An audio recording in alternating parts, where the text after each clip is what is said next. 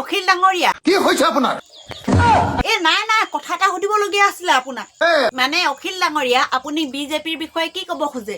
মই এটাই কথা কওঁ যে বিজেপিয়ে প্ৰথম দেশ বিক্ৰী কৰাটো বন্ধ কৰক। নম্বৰ 1 বিজেপিয়ে অসমৰ মানুহক কাজিয়া লগোৱাটো বন্ধ কৰক। হিন্দু মুছলমানৰ কাজিয়া লগোৱাটো বন্ধ কৰক। যদিহে মানি নলয় কথাবিলাক হিমন্ত বিশ্ব শৰ্মাক ইয়াত একদম ইয়াৰ পৰা লাঠ মাৰি বিটিচিৰ পৰা খেদি দিয়ক।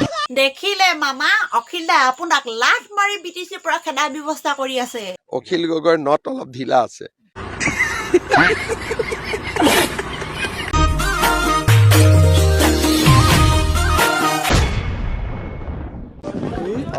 আমাৰ সভাখন অমীমাংসিতভাৱে শেষ হৈছে। অমীমাংসিতভাৱে শেষ হৈছে মানে অখিল দা আপোনাৰ মানে এতিয়া অৱস্থা দধিচি মুনিৰ নিচিনা হৈছে ন? আপোনাক কৈছে কি? মোৰ একো হোৱা নাই অখিল দা। মগজু গণ্ডগোল থকা মগজু গণ্ডগোল থকা নহয়, ভূপেন বৰা ডাঙৰীয়াহে কৈ আছে। মানে মিত্ৰতা মানে অখিল গগৈৰ অৱস্থাটো এই দধিচি মুনিৰ নিচিনা হৈছে। মানে নিজৰ অস্থি বিসৰ্জন দিবলগীয়া হৈছে। কেলৈ মানে তেওঁক কৈছিলে যে নাও পইচাটো তেওঁ ল'ব, এতিয়া নাও পইচাটো ৰকিব লৈছে না পিতেকে পালে। কাৰণ জে পি দাসে কৈছে যে মোৰ দেউতাৰ নাম হৈছে ৰকিব লৈছে। শ্বেৰমান আলীক তেওঁ বিসৰ্জন দিছে। শ্বেৰমান আলীক তেওঁ বিজেপিত জইন কৰাই টিকেট ঘোষণা কৰিছিলে। এতিয়া তাৰমানে আপুনি বুজি লওক, শ্বেৰমান আলীৰ লগত ৰকিবলৈ বেয়া, জে পি দাসক ৰকিবলৈ পিতেক। গতিকে এলায়েন্স কি হৈছে, কেনেকৈ হৈছে আৰু কেতিয়া এলায়েন্স হৈছে? তেতিয়া মই আৰু প্ৰদ্যুৎ বৰদলৈ ওলাই আহিলোঁ। এতিয়া কংগ্ৰেছৰ অৱস্থাটো এনেকুৱা হ'ল, এই গুৱাহাটীৰ যিবিলাক ডাঙৰ ডাঙৰ মল আছে, শ্বপিং মল, তাত যেতিয়া চেলটো কমি যায় তেতিয়া তেওঁলোকে এখন চাইনবোৰ্ড লগায় যে 1 বাই 1 ফ্ৰী, মানে এটা চোলা যদি কিনে লগত এটা ফ্ৰী হয়। এতিয়া গৌৰৱ গগৈৰ টিকেটৰ পলিচিটো হৈছে 1 বাই 1 ফ্ৰী। অখিল ডাঙৰীয়া কি হৈছে আপোনাৰ? নাই কথা এটা সুধিবলগীয়া আছিলে আপোনাক মানে অখিল ডাঙৰীয়া আপুনি বিজেপিৰ বিষয়ে কি ক'ব খোজে? মই এটাই কথা কওঁ যে বিজেপিয়ে প্ৰথম দেশ বিক্ৰী কৰাটো বন্ধ কৰক। নম্বৰ 1 বিজেপিয়ে অসমৰ মানুহক কাজিয়া লগোৱাটো বন্ধ কৰক। হিন্দু মুছলমানৰ কাজিয়া লগোৱাটো বন্ধ কৰক।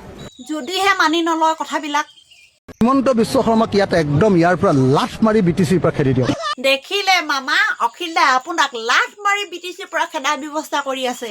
অখিল গগৈৰ নট অলপ ঢিলা আছে। পিছে মামা প্ৰদ্যুৎ বৰদলৈ যেতিয়াৰ পৰা বিজেপি দলত যোগদান কৰিলে তেতিয়াৰ পৰা বিজেপি অফিচ নাই, কংগ্ৰেছৰ অফিচহে আছে।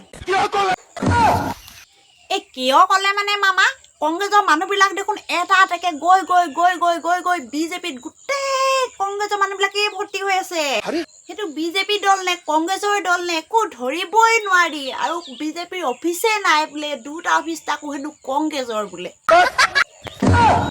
মই কোৱা নাই নহয়, অতুল বৰা ডাঙৰীয়াহে কৈ আছে। প্ৰদ্যুৎ বৰদলৈ অহাৰ লগে লগে মোৰ ধাৰণা হ'ল বিজেপি অফিচ নাই, এতিয়া ক'তো নাই, 2টাই কংগ্ৰেছৰ অফিচ। এটা কংগ্ৰেছৰ অফিচৰ মালিক দিলীপ আৰু এটা কংগ্ৰেছৰ মালিক হ'ল গৌৰৱ। 2টাই কংগ্ৰেছ অফিচ। কংগ্ৰেছৰ অফিচ মই বিজেপি কৰি ক'ত কৰিবি তেতিয়াহ'লে? দেখিলে মামা কংগ্ৰেছৰ মানুহবিলাক বিজেপিলৈ গৈ গৈ বিজেপি দলটো কিবা কংগ্ৰেছীহে লাগে আৰু মাৰি ঠেং ভাঙি দিম। পিছে মামা আপুনি বোলে দিছপুৰ সমষ্টিত অতুল বৰা ডাঙৰীয়াক টিকট নিদিলে। আমাৰ সকলোৰে সন্মানৰ আৰু দিছপুৰ সমষ্টিৰ বিধায়ক আমাৰ প্ৰাক্তন মন্ত্ৰী অতুল বৰা ডাঙৰীয়াক মই সাক্ষাৎ কৰিবলৈ আহিছিলোঁ।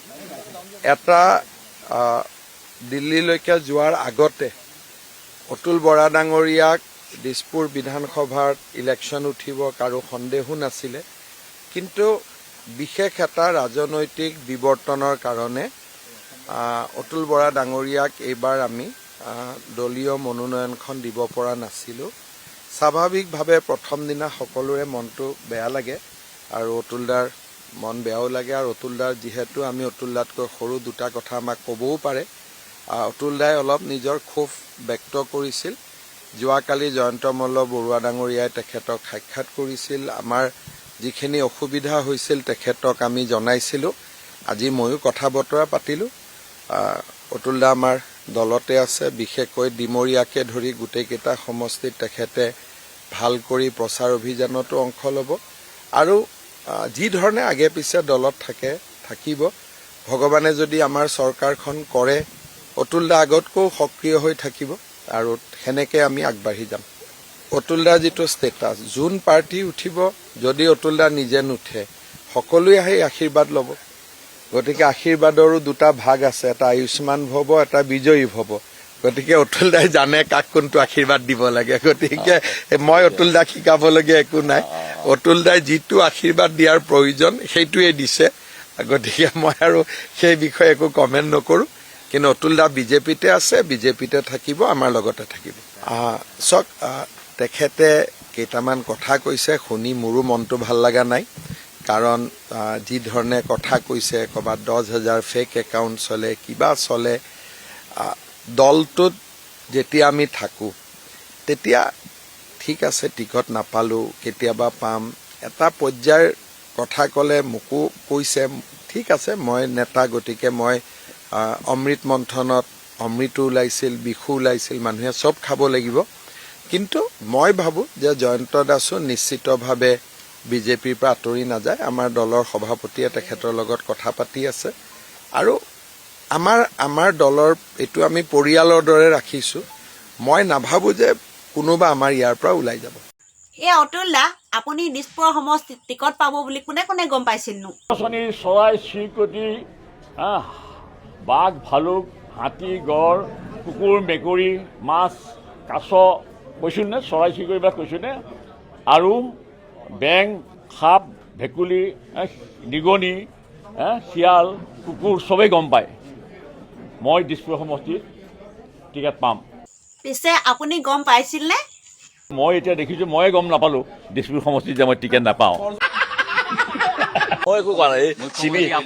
মুখ্যমন্ত্ৰীয়ে যিটো কৈছে সেইখিনি কথাত মই সন্তুষ্ট আৰু তেখেতে আৰু কোৱাৰ পিছত মোৰ কোৱাৰ কোনো প্ৰয়োজন নাই। মই ভাবোঁ তেনেকৈ মানে মুঠৰ ওপৰত মইতো যিখিনি কথা কৈছোঁ যোৱাকালি সেইখিনি কথাৰ যথেষ্ট গুৰুত্ব আছে। তেখেতে সেইটো বুজি পাইছে। মই গুৰুত্ব নথকা কথা কোৱা নাই, মূল্যহীন কথাই কৈছোঁ আৰু তেখেতে সেইটো অনুভৱ কৰিছে আৰু সেইকাৰণে আহি পেলাই মোৰ তালৈ যোৱাকালি জয়ন্ত মল্লবৰুৱা আহিছে। জয়ন্ত মল্লবৰুৱাতো মই কালি আধা ঘণ্টা এঘণ্টাৰ ভিতৰত কথা চথা পাতিছোঁ। এওঁ আজি আহিম বুলি কৈছে আহিছে, তেওঁৰোতো এতিয়া কথা চথা পাতিলোঁ। গোটেইখিনি কথাটো এওঁৰ লগতো মোৰ সুসম্পৰ্ক আছে বাৰু। হ'লেও কেতিয়াবা তেওঁ সুসম্পৰ্ক থাকিলেও তেওঁকতো চিঠি পত্ৰ দি পেলাই মাজে মাজে মই এইটো কৰিব নালাগে এইটো কিয় কৰিলা কৰিব নালাগিছে এইবোৰ কথাটো মই এডভাইচ দিছোঁ। আপুনি জানে চিঠিখনটো মই পকেটত সোমাই নথওঁ, আপোনালোকৰ জৰিয়তে ৰাজহুৱা কৰোঁ, সদায় কৰোঁ। সেইবিলাক ধৰণে ৰাজনীতি কৰি আহি এইখিনি পালোহি। সদৌ অসম গণসংগ্ৰাম পৰিষদৰ আহ্বায়ক থাকোঁতে এতিয়া দুজনেই আছিলে সৰু ল'ৰা, এজন হিমন্ত বিশ্ব শৰ্মা আৰু এজন তেওঁ উপাধি সৰ্বাধিক সি 8ত এওঁ বোধহয় 6 তেনেকৈ আছিলে এটা সময়ত। তেওঁলোকে সদায় সক্ৰিয় হৈ আছিলে আৰু ময়ো ৰাজনীতিত অকল সদৌ অসম গণসংগ্ৰাম পৰিষদ কৰাৰ আগতেতো মই কটমৰ জেনেৰেলত দুবাৰকৈ আছিলোঁ আৰু ফ্লেগ মই বনাইছিলোঁ, পতাকা মই বনাইছিলোঁ। ইয়াত কোনো আঁচু নাছিল, অল গুৱাহাটী ষ্টুডেণ্টছ ইউনিয়ন নাছিল, গুৱাহাটী ইউনিভাৰ্চিটি আছিল, অসম ছাত্ৰ পৰিষদৰ হাতত তাৰমানে RCPI দুজন লিডাৰে গুৱাহাটী ইউনিভাৰ্চিটি ল কলেজৰ জেনেৰেল চিট আছিল, জ্ঞানৰ ভি ৰাম শইকীয়া ৰাজেন শইকীয়া আছিলে PG জেনেৰেল চিটি। সিহঁতৰ আঁতৰাই মই প্ৰহন নাৰায়ণ চৌধুৰী আৰু জেনেৰেল চিটি জালুকবাৰীত ইউনিভাৰ্চিটিত পাতি জালুকবাৰীত ইঞ্জিনিয়াৰিং কলেজ পাতি এজনক প্ৰেচিডেণ্ট কৰিলোঁ পুলকেশ বৰুৱা, প্ৰহন নাৰায়ণ চৌধুৰী মই জেনেৰেল চিটি কৰিলোঁ। আৰু তেনেকৈ আহি সেইখনে ফাৰ্ষ্ট অধিৱেশন মই হৈছিলোঁ কনভেনশ্যনত যোৰহাটত। এনেকৈ আহি আছোঁতো এইখিনি পালেহি। সেইকাৰণে মই কওঁ নহয় কেতিয়াবা failure is our friend, he is no' father, success is many fathers. সফলতাৰ বাপেক ঢেৰ কিন্তু বিফলতাৰ এটা অনাথ সন্তান যাৰ কোনো পিতৃ নাই। এইখিনি কৰি থাকোঁতে হ'ব আজি নকওঁ আৰু আজি হৈ গ'ল। নহয় মই আচলতে মীৰা পাৰ্থকক মই আগৰ পৰাই মোক তেওঁ ভাল পাই যেন লাগে আৰু ময়ো তেওঁক ভালেই পাওঁ বাৰু যি দলে নাথাকক। সেইকাৰণে তেওঁ মোৰ তালৈ আহিছে, তেওঁক মই আশীৰ্বাদ দিছোঁ, শুভেচ্ছা দিছোঁ। আৰু মোৰ তালৈ তপন দাস আহিছে, সেইটো বাৰু AGPI, মইতো শুভেচ্ছা দিবই লাগিব। তেনেকৈ যদি প্ৰাৰ্থী আহিলে মোৰ ঘৰলৈ মই তেওঁক শুভেচ্ছা এটা দিয়াত কি ক্ষতিটো হ'ল? মীৰা বৰঠাকুৰ কোনটো দলৰ মই চাব নাজানো, মানুহগৰাকী মই চিনি পাওঁ। মোৰ বিয়া ঘৰত পাই সিদিনা মোক উইচ কৰিছে তেওঁ, তাৰমানে ইলেকশ্যন যিহেতু খেলিম।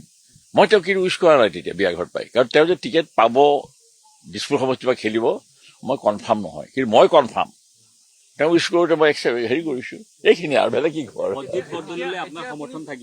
নাই সেইটো কথা নকওঁ। যিটো কৈছোঁ কালি যিখিনি কৈছোঁ সেইখিনি আজিৰ পৰা আৰু মই মানে মোটামুটিভাৱে খুব গোপনীয়ভাৱে যিখিনি কৰিবলগীয়া আছে মোৰ ইচ্ছামতে সেইখিনি মই কৰি যাম। Thank U.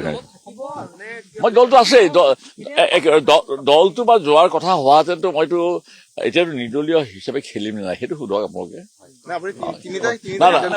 মানে এটা আছিলে যে মই নিৰ্দলীয় হিচাপে খেলিম, দুটা হৈছে যে নহলে মই মীৰা বৰঠাকুৰক সমৰ্থন দিম, তিনিটো হৈছে নহলে মই মনে মনে থাকিম। এতিয়া কোনটো হ'ব 22 তাৰিখে কম। 22 তাৰিখে ল'ব লাগিব। নাই 22 তাৰিখে এটা সলনি আগত কিয় কম।